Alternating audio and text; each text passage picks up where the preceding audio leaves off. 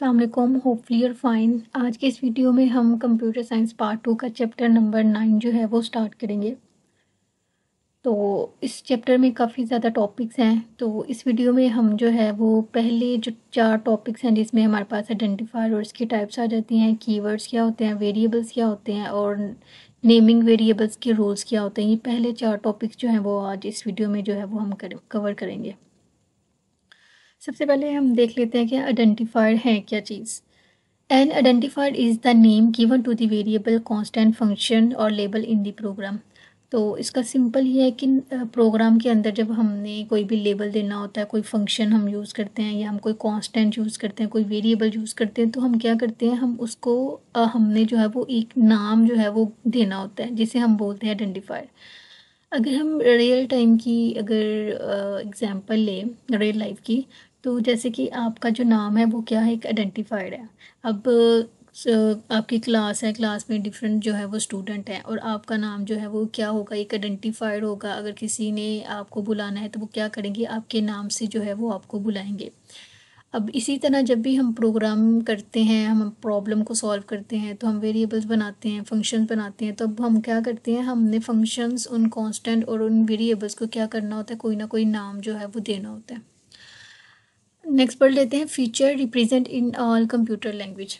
इसका क्या मतलब है, इसका ये मतलब है कि जैसे हमने अभी बात की है कि हमने वेरिएबल को नाम देना है, हमने फंक्शंस को नाम देना, कांस्टेंट को नाम देना है। तो ये सिर्फ अभी हम जो सी पढ़ रहे हैं, सिर्फ ये सारी चीज़ें इसमें इम्प्लीमेंट नहीं होंगी। हम जितनी भी लैंग्वेज पढ़ेंगे जिसमें हमारे पास पाइथन भी आ जाता है, C++ आ जाता है, इसके बाद जावा आ जाती है, जितनी भी लैंग्वेज है उन सब में जो है ना, अगर हमने वेरिएबल बनाना है, कांस्टेंट बनाना है या कोई फंक्शन है, तो उनको हमने क्या करना है, कोई ना कोई नाम जो है वो देना है। A good identifier name should be descriptive but short. उसने कहा कि जो एक अच्छा आइडेंटिफायर होता है ना, मतलब अच्छा जो नाम होता है वो क्या होता है, वो शॉर्ट होता है और डिस्क्रिप्टिव होता है, यानी वो आपके नाम से ही पता चल जाता है कि उसका क्या मतलब है। जैसे कि मैं कहती हूँ कि एज, अब एज से आपको क्या पता चल रहा है, आपको ये पता चल रहा है कि इस वेरिएबल के अंदर जो है अगर कोई वैल्यू स्टोर है तो वो क्या है, वो उस पर्सन की एज है। तो क्या है, जो अच्छा आइडेंटिफायर होता है, जो आइडेंटिफायर नेम होता है वो डिस्क्रिप्टिव होता है, क्लियर होता है और शॉर्ट होता है। An identifier in C language में कंसिस्ट ऑफ 31 करेक्टर। उसने कहा कि जो सी लैंग्वेज के अंदर हम आइडेंटिफायर जो नहीं, कि हमने बोला कि नाम जो हम यूज़ करेंगे वो कितने करेक्टर्स पर होगा, 31 करेक्टर्स होगा। ठीक है। अब जो है वो हमने देखते हैं रूल्स फॉर आइडेंटिफायर। अब इसका मतलब ये है कि जो भी आपने नाम गिवन देना है उसके कुछ रूल्स होंगे, जो भी आप नाम दे रहे हैं उसके कुछ रूल्स होंगे। The first character must be an alphabetic और underscore such as large as marks. उसने कहा है कि जो भी फर्स्ट करेक्टर है वो या तो अल्फ़ाबेट हो या अंडरस्कोर हो, यानी जैसे कि ये है, अब फर्स्ट पे उसने क्या किया, अंडरस्कोर को यूज़ कर लिया है, और जो सेकंड एग्जांपल है उसमें उसने अल्फ़ाबेट को यूज़ किया हुआ है, और थर्ड में भी उसने अल्फ़ाबेट को यूज़ किया हुआ है। अब सेकंड पॉइंट ये है कि the remaining can be alphabetic character digit और underscore such as number 1 total marks. उसने कहा कि जो रिमेनिंग है, पहले तो आपने फिक्स कर ली है कि जो पहला होगा वो या तो अंडरस्कोर्स होगा या अल्फ़ाबेटिक होता है। उसके बाद जो भी हो, जो भी रिमेनिंग है उसमें आप लोग नंबर भी यूज़ कर सकते हो, कोई भी आप लोग अंडरस्कोर यूज़ कर सकते हो। जैसे ये है, नंबर जो है वो किया है, वो पहला जो है वो अल्फ़ाबेटिक है, उसके बाद जो है वो आप डिजिट्स यूज़ कर सकते हैं, वो लास्ट पे कर लिया हुआ हमने। उसके बाद उसने कहा कि पहला जो है वो अल्फ़ाबेटिक ही है और अब आप लोगों ने अंडरस्कोर भी अंदर यूज़ कर लिया हुआ, इस तरह वैलिड है। इसके बाद उसने कहा कि थर्ड पॉइंट ये है कि जो रिजर्व वर्ड है वो हम यूज़ नहीं कर सकते एज आइडेंटिफायर। अब रिजर्व वर्ड क्या होते हैं, जो पहले से ही प्री डिफाइंड है और उनका कोई ना कोई पर्पज़ है सी लैंग्वेज में या जो भी आप लोगों के पास लैंग्वेज होती है उनमें। जैसे इंटीजर है या डबल है या ब्रेक है, ETC जो भी है। इसमें इंट है, ये सी लैंग्वेज में ये डाटा टाइप है जिसमें आप लोगों ने डाटा को स्टोर करना होता है। फ्लोट है, तो ये पता होता है कि जो इंट डाटा टाइप है उसमें किस तरह का डाटा स्टोर होगा, फ्लोट है उसमें किस तरह का डाटा स्टोर होगा। तो ये क्या है, ये रिजर्व वर्ड है, पहले से ही डिफाइन है, इनका पर्पस पहले से ही डिफाइन है कि इन लोगों ने क्या क्या काम करना है। अब आप किसी को ये नाम जो है वो नहीं दे सकते, इंट आप आइडेंटिफाई नहीं दे सकते। अब आप लोगों से पूछा जा सकता है कि वैलिड आइडेंटिफायर क्या और इनवैलिड आइडेंटिफायर क्या है, और ये MCQ भी आता है और काफ़ी इंपॉर्टेंट है। अब देखें कि जो वैलिड आइडेंटिफायर है वो लेटर 1 है। क्यों? क्योंकि हमने पीछे रूल पढ़ा था कि जो पहला करैक्टर होगा वो अल्फ़ाबेटिक हो या अंडरस्कोर हो, और उसके बाद रिमेनिंग जो है वो आप कुछ भी हो सकता है, वो आप लोग जो है वो डिजिट यूज़ कर सकते हैं या अंडरस्कोर यूज़ कर सकते हैं। तो इधर हमने क्या किया है, पहला जो है वो करैक्टर जो है वो अल्फ़ाबेटिक है और लास्ट में हमने डिजिट यूज़ कर लिया। इसके बाद इन चीज़ हैं, इसमें हमने सब में अल्फ़ाबेट ही यूज़ किए हैं, और थर्ड पे हमने क्या किया है, अल्फ़ाबेट यूज़ किया है, और सेंटर में हमने अंडरस्कोर जो है वो यूज़ कर लिए हैं। और जो हमारा ये लास्ट वाला है उसमें हमने सबसे पहले क्या किया था, 2 कंडीशन थी, जो पहला करैक्टर होगा वो या अल्फ़ाबेट होगा या अंडरस्कोर होगा। तो हमने क्या किया, इसमें अंडरस्कोर यूज़ किया। अब इनवैलिड आइडेंटिफायर क्या है कि इसने क्या किया है, पहले क्या कर लिया है, डिजिट को यूज़ किया, जबकि हमने ऊपर पढ़ा था जो पहला करैक्टर होगा वो अल्फ़ाबेट होगा या अंडरस्कोर होगा, मतलब अल्फ़ाबेट से स्टार्ट होगा या अंडरस्कोर से स्टार्ट होगा। उसके बाद इसने क्या किया, हैप्पी है, और इसमें इसने स्पेशल करैक्टर को यूज़ कर लिया हुआ, जबकि स्पेशल करैक्टर को हमने यूज़ नहीं करना। और इसके बाद जो है ये रिटर्न इसने यूज़ किया हुआ। अब अगर मैं आपको कहूँ कि ये है बैड आइडेंटिफायर और ये है गुड आइडेंटिफायर। अब बैड आइडेंटिफायर क्यों है, क्यों?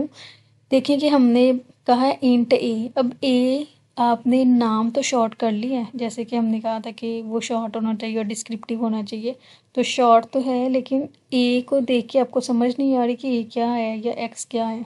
और अगर गुड आइडेंटिफायर की बात करें, इंट एज, एज से आपको ये पता चल जाएगा कि इसके अंदर कोई ना कोई वैल्यू स्टोर होगी जो कि किसी की एज हो सकती है, या मार्क्स है, तो आप लोगों को इससे ये अंदाज़ा हो सकता है कि इसके अंदर किसी स्टूडेंट की जो है वो मार्क्स जो है वो स्टोर हो सकते हैं।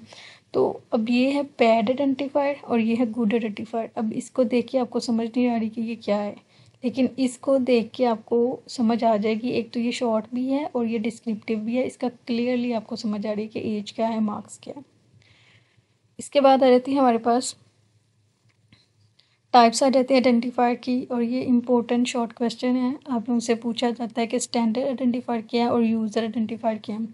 स्टैंडर्ड आइडेंटिफायर को जो है वो हम देख लेते हैं। A type of identifier that has special meaning in C is known as standard identifier. उसने कहा है कि सी के अंदर ऐसे आइडेंटिफायर जिनका कोई स्पेशल मीनिंग होता है उसे आप स्टैंडर्ड आइडेंटिफायर कहते हैं, जैसे कि प्रिंट एफ है, स्कैन एफ है। प्रिंट एफ अब किस लिए यूज़ होता है, जब भी अपने डिस्प्ले करवानी है आउटपुट, तब आप लोगों ने प्रिंट फंक्शन को जो है वो यूज़ करना है। अब स्कैन एफ जो है वो अपने यूज़र से अगर आप लोगों ने कोई भी वैल्यू इनपुट लेनी है तो उसके लिए आप लोग स्कैन एफ का जो है वो फंक्शन यूज़ करते हैं। ये क्या है, ये फंक्शन पहले से ही सी में डिफाइन है।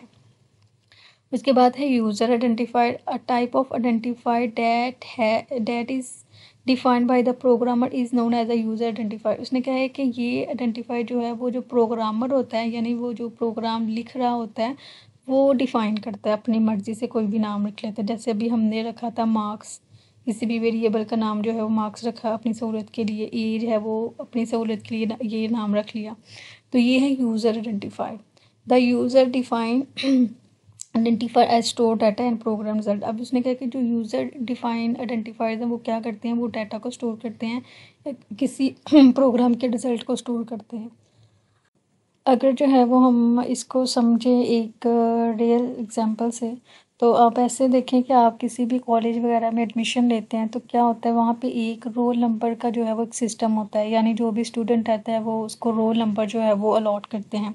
अब ये प्री डिफाइन है, आप जाके चेंज नहीं कर सकते इस सिस्टम को कि भाई क्यों आप जो है वो रोल नंबर जो है वो अलॉट कर रहे हैं या मुझे रोल नंबर नहीं चाहिए।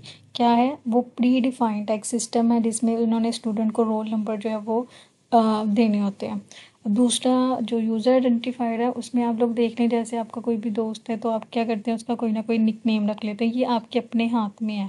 लेकिन जो कॉलेज का कोई रूल बना हुआ है प्रिंसिपल की तरफ से या किसी भी तरफ से, तो उसको आप लोग फॉलो करते हो, आप लोग उसको चेंज नहीं कर सकते क्योंकि वो प्री डिफाइंड है। और यूज़र डिफाइंड जो आपके अपने हाथ में होता है, जो मर्ज़ी आप जो है वो नाम दे दें उसे। इसके बाद आ जाता है हमारे पास जो नेक्स्ट टॉपिक है वो है keywords. Keyword is a word in C language that has predefined meaning and purpose. और ये इंपॉर्टेंट शॉर्ट क्वेश्चन है, पूछा जाता है कीवर्ड्स क्या होते हैं, और इसके बाद सम टाइम क्वेश्चन आ जाता है लिस्ट ऑफ कीवर्ड्स बताएं।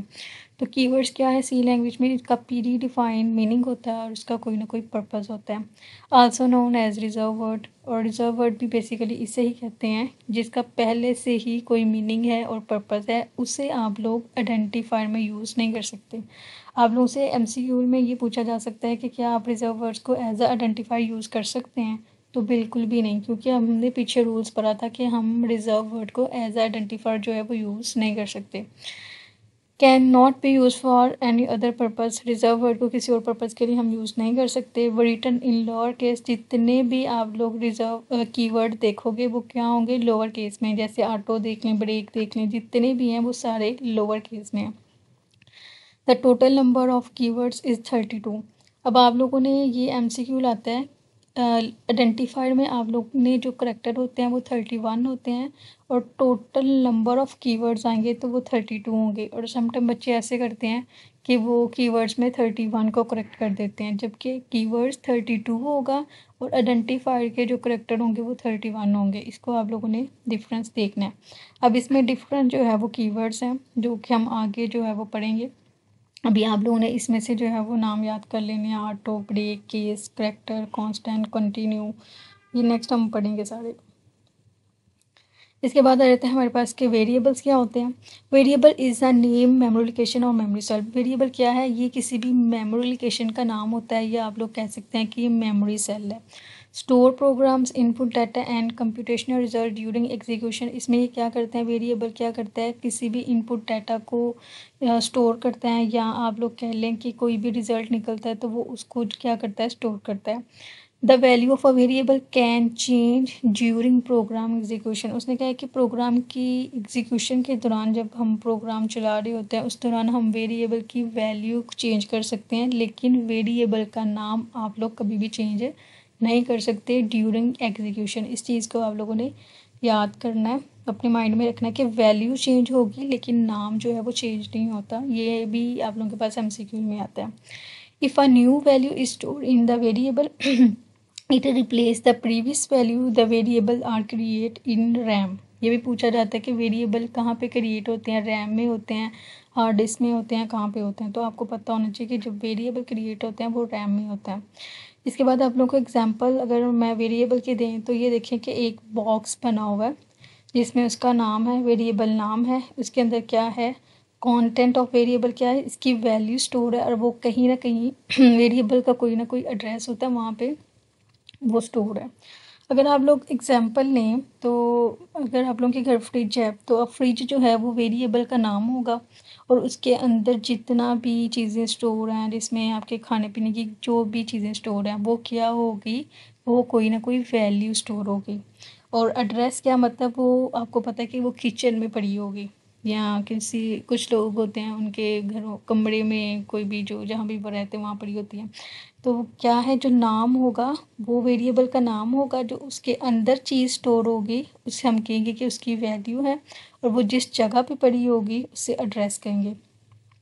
ये इसका ये है मेमोरी है पूरी, इसके अंदर जो है वो इसका एड्रेस है, और ये जो वैल्यू इसके अंदर जो है वो स्टोर है 35। अब उनको पता होगा कि जो वेरिएबल मार्क्स है उसके अंदर 35 वैल्यू है, वो किस एड्रेस पे स्टोर है, तो वो 0 पे है। 75 है अगर, तो वो एड्रेस कौन सा है, 1 पे है।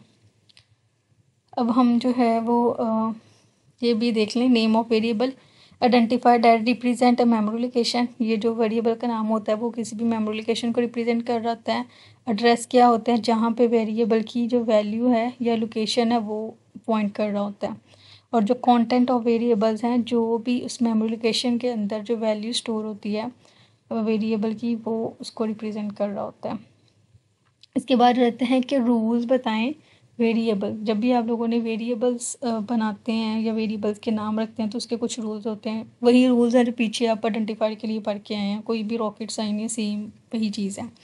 वेरिएबल में इंक्लूड लेटर्स, नंबर, अंडरस्कोर। सबसे पहले उसने ये कहा कि जो वेरिएबल होंगे वो उनके अंदर जो है वो लेटर्स भी इंक्लूड होंगे, नंबर भी होंगे और अंडरस्कोर भी यूज़ होगा। First character of variable must be letter underscore, और जो भी वेरिएबल का पहला करेक्टर होगा वो लेटर होगा या अंडरस्कोर होगा। आप पीछे आइडेंटिफायर में भी यही पढ़ के आए हैं। Blank space are not allowed in a variable name. उसने कहा है कि अगर सपोज करें कि अब ये है सब है, तो मैं अब सब और वन के अंदर जो है वो स्पेस ऐड करूँ, तो ये चीज़ अलाउ नहीं है। स्पेशल सिंबल जैसे कि आप लोगों के पास ये जितने भी स्पेशल सिंबल्स है वो अलाउ नहीं है वेरिएबल्स के नेम में। Variables are case sensitive. Case sensitive का मतलब होता है कि अगर मैं यहाँ पे कहूँ, सपोज करें अगर मैं ये नाम एक ये लिखूं और दूसरा मैं ये नेम लिखूं, तो ये केस सेंसिटिव है। ये इसको अलग से देखेगा, उसे लगेगा कि ये एक और वेरिएबल है और ये जो है ये एक और वेरिएबल है। तो उन्होंने कहा है कि ये इस चीज़ को केस सेंसिटिव कहते हैं कि ये वेरिएबल जो होता है वो केस सेंसिटिव होता है।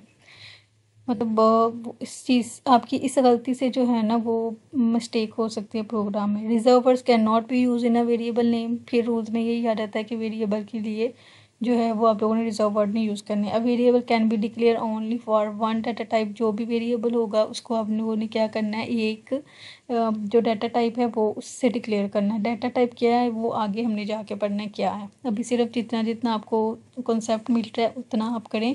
तो इसके बाद अभी मैंने जैसे इंटीजर बोला, फ्लोट बोला, ये आगे हमने पढ़ना है। Variable can be 31 character long for many compilers. वही हो गया कि 31 करेक्टर होगा। आप लोगों को ये एक लॉन्ग क्वेश्चन आता है। लॉन्ग क्वेश्चन इस तरह से आता है, सबसे पहले पूछा जाता है कि वेरिएबल को डिफाइन करें और उसके बाद फिर पूछा जाता है कि रूल्स बताएं फॉर वेरिएबल के नेमिंग के। और आप लोगों ने ये रूल्स लिखने होते हैं और साथ आप लोगों ने एग्जाम्पल भी देनी होती हैं। इसके बाद जाते हैं मल्टी वर्ड्स वेरिएबल्स क्या होते हैं। अ variable name should be reflected it's purpose. जो वेरिएबल का नाम है उससे ही जो है ना उसका पर्पस जो है वो रिफ्लेक्ट हो रहा हो, पता चले कि ये अगर वेरिएबल का नाम मार्क्स है तो पता चले भाई इसका क्या पर्पस है। A variable to store the marks of the student should be marks. उसने कहा कि अगर आप लोगों ने कोई भी वेरिएबल आप बना रहे हैं जिसके अंदर आपने स्टूडेंट के मार्क्स रखने हैं, तो उसको जो भी आपने नाम देना है वो आप लोगों ने मार्क्स देना है।